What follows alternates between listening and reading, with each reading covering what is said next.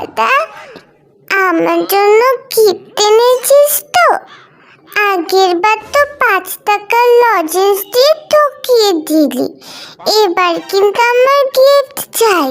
হ্যাঁ, গিফট দিয়ে কি হবে? এই যে 2 হাত ভরে আশীর্বাদ করে দেবো, ব্যাস, তাহলেই পরীক্ষায় পাশ করে যাবি। এটাই তো বড় গিফট। মা, দেখো না দাদা আবার আজে বাজে বলছে, এবারও গিফট দেবে না। আগের বারও ঠকিয়ে দিয়েছে। আয়, তোরা থামবি?